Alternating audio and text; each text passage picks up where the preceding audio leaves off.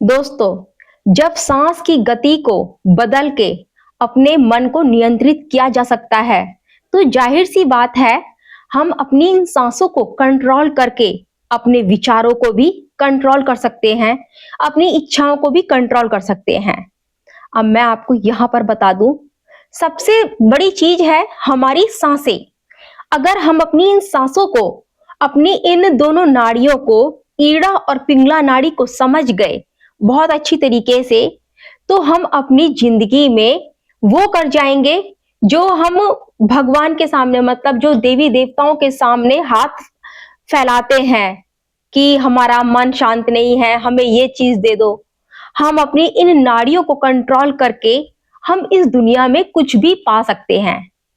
वैसे दोस्तों, अगर हमने इन दोनों नाड़ियों को कंट्रोल करके अपनी इस तीसरी नाड़ी यानी कि सुषुम्ना नाड़ी के ऊपर पहुंच जाते हैं, तो दोस्तों कहीं यकीन मानो कि इस दुनिया में फिर किसी चीज की कोई इच्छा ही नहीं रह जाती है, क्योंकि उसे अपने अंदर ही एक ऐसा रास्ता मिल जाता है जाने का, क्योंकि उसको फिर ऐसी बहुत सी चीजों का अपने अंदर ही वो खोज करने लगता है।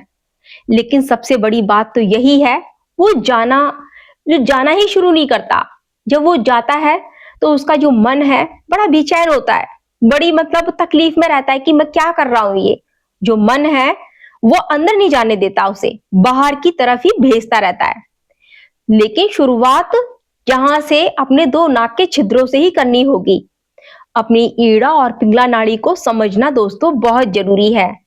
ईड़ा ईड़ा यानी कि जो हमारा चंद्र स्वर है, और जो हमारा क्या नाम है, जो मतलब पिंगला नाड़ी है, जो हमारा सूर्य स्वर है, ये हमारा गर्म प्रवृत्ति का होता है। और जो चंद्र नाड़ी है, ये ठंडी प्रवृत्ति की होती है।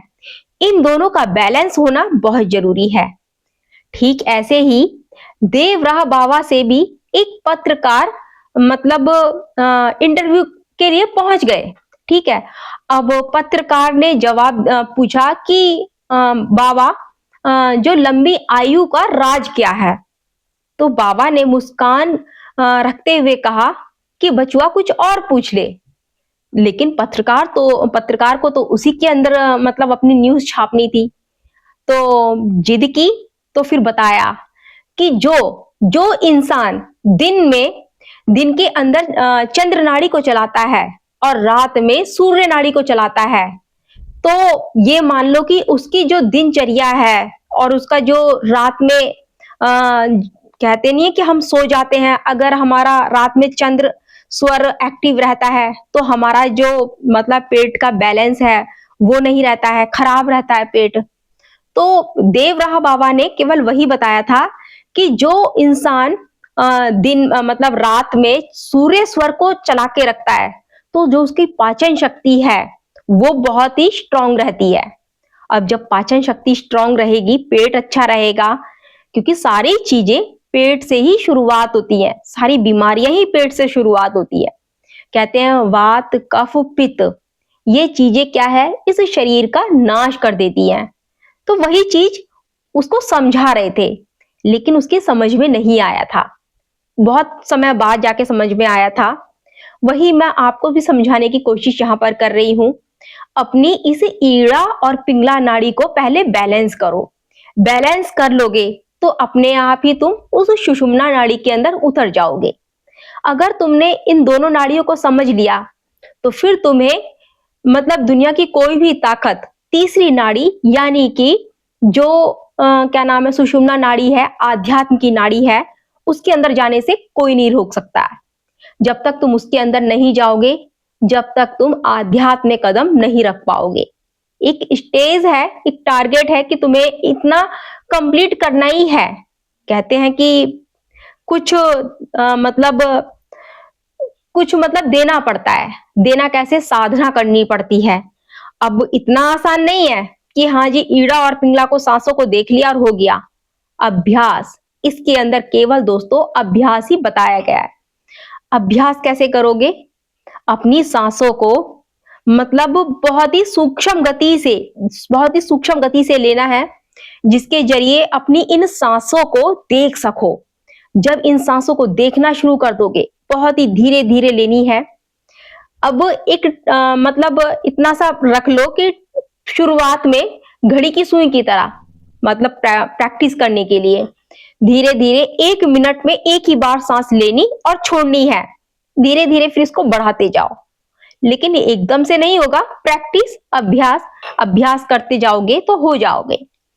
लेकिन कई लोगों ने मेरे को कमेंट में बोला है कि अगर हम 1 मिनट तक सांस को लेंगे तो हम मर जाएंगे। तो दोस्तों, पहली बात तो ये कि कोई 1 मिनट में सांस एक नॉर्मल इंसान ले ही नहीं सकता है। वो 1 मिनट में पता नहीं कितनी 15, 20, 25 कितनी बार सांस ले लेता है। लेकिन वो 1 मिनट में सांस लेगा ही तब जब उसको काफी अभ्यास हो जाएगा। यहां पर भी मैं केवल अभ्यास के लिए ही बोल रही हूं। अभ्यास करना है, अभ्यास करोगे तो ये होते चला जाएगा अपने आप ही। अब एकदम से तो नहीं होगा कि 1 महीने में हो गया, 2 महीने में हो गया, नहीं। इसको थोड़ा समय लगेगा, समय देना होगा, प्रैक्टिस, अभ्यास। और बाकी की जो नाड़ियां हैं, अगर इन 3 नाड़ियों को जान लेते हो तो बाकी की नाड़ियों में अपने आप चले जाओगे। बाहरी किसी इंसान की जरूरत नहीं रहेगी। नींद से जगाना मेरा काम था, जगा दिया, लेकिन जगना ना जगना वो तुम्हारा काम है। जग जाओगे तो अच्छा रहेगा, फिर कभी मतलब सोने की जरूरत नहीं पड़ेगी। अगर आज सो गए तो फिर हमेशा हमेशा के लिए ऐसे ही सोते रह जाओगे, यानी कि जागते हुए भी सो जाओगे। तो यहां पर जागना है। जागोगे तभी कुछ देख पाओगे, मतलब अवेयरनेस।